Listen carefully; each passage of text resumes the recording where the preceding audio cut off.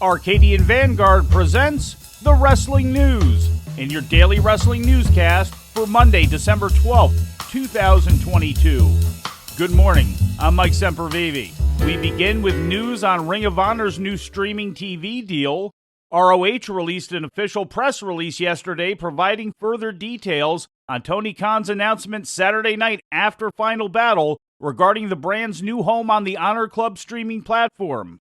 According to the announcement, Honor Club will be home to ROH's archival library going back to 2002, roughly 2,500 hours of content, as well as a new weekly streaming TV show. The newly relaunched Honor Club is being priced at $9.99 and is available at WatchROH.com, as well as various streaming platforms. Details on the new weekly series are expected to be announced at the beginning of 2023. Future Ring of Honor pay-per-views going forward will continue to be distributed by Warner Bros. Discovery through local pay-per-view providers, as well as Bleacher Report in the United States and Fight TV internationally. They will then be made available on Honor Club after 90 days. With some WWE news, here's the Wrestling News' Lou Kipilman. Scarlett, the on-screen valet and real-life wife of Karrion Kross, made a rare in-ring WWE appearance Saturday night at a house show in Wheeling, West Virginia, teaming with Kross to defeat another real-life couple, Madcap Moss and Emma, in a mixed tag team encounter. This is the first time Scarlett and Kross have shared a ring in WWE. Scarlett's only previous other WWE matches were a June 2021 SmackDown Dark Match tryout against Shotzi Blackheart and a 2016 squash match loss to Nia Jax on Raw that occurred before she was ever signed to the company. Although she's been wrestling for over a decade on the independent circuit, as well as places like MLW, Impact Wrestling, AAA, Stardom, and Ring of Honor, Scarlett has not been used in an in-ring capacity in WWE. It is not known if the house show tag team match is an indication of more of a wrestling role for her going forward.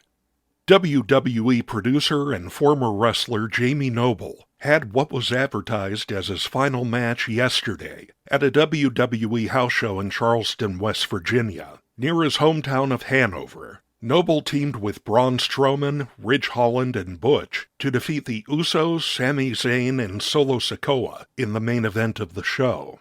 The former Cruiserweight champion wrestled in WWE from 2002 to 2004 and 2005 to 2009, then transitioning to his backstage role. He wrestled sporadically throughout the early 2010s, most notably as part of the Authority's J&J Security with Joey Mercury, but hadn't been in the ring since 2015. For the Wrestling News, I'm Lou Kipilman.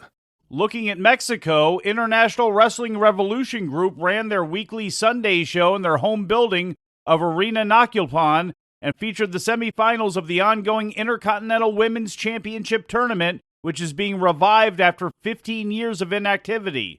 The first match saw Diosa Quetzal defeat Sagittarius, and that was followed by Kira knocking off Lolita. Both women now advance to the finals of the tournament, which will be held this coming Friday in Naucalpan. The title was created in 2003, and its first champion was Aiko Hamada. The daughter of Gran Hamada was also a star in Japan's Gia promotion and never actually defended the title once during her 478-day reign.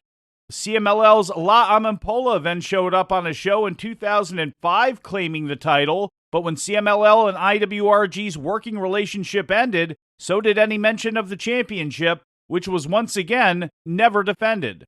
We round out the program with some news from Japan. New Japan Pro Wrestling announced today the full card and order of matches for its upcoming final night of the World Tag League and Super Junior Tag Leagues, taking place this coming Wednesday at the Sundai Sen Plaza. The main event of the show will be the Heavyweight Tag League final, featuring Hiroki Goto and Yoshihashi taking on Aussie Open, Mark Davis and Kyle Fletcher. The semi-main event will be the Junior Heavyweight finale, which sees Yo and Leo Rush taking on Ace Austin and Chris Bay. Before the two tag tournaments wrap up, WWE's Carl Anderson makes his return to a New Japan ring to defend the Never Openweight title against Hikuleo. Also announced for the show is a 6-man tag team match featuring Kazuchika Okada, Tama Tonga, and Master Wato taking on the team of Jay White, Taiji Ishimori, and Gato. White defends the IWGP World Heavyweight title against Okada coming up at the Tokyo Dome on January 4th. Wednesday's card in Sendai is the last big heat-up show for New Japan before Wrestle Kingdom. During Dragon Gate's card at the Nagoya International Conference Hall on Sunday, the company featured its original influence, Ultimo Dragon, teaming with one of his first trainees, Dragon Kid, as they celebrated their 35th and 25th years in the business, respectively. The Dragons defeated HYO and Diamante after Kid pinned HYO with the Dragon Rana. The tag team match was impromptu, as interference from the Z-Brat stable ruined a one-on-one match between Dragon and Kid. The main event of the show saw Kota Minoura team with Ben K to knock off the Open the Dream Gate champion Yuki Yoshioka and Dragon Dia after Ben K pinned Dia. And the finals for 0-1's Fernlinghausen Tag Team Tournament are now set after the company's show at the Tahara City General Gymnasium on Sunday. During the last semifinal match of the tournament, Yasu Kubota and Hide Kubota defeated Takafumi and Junya Matsunaga.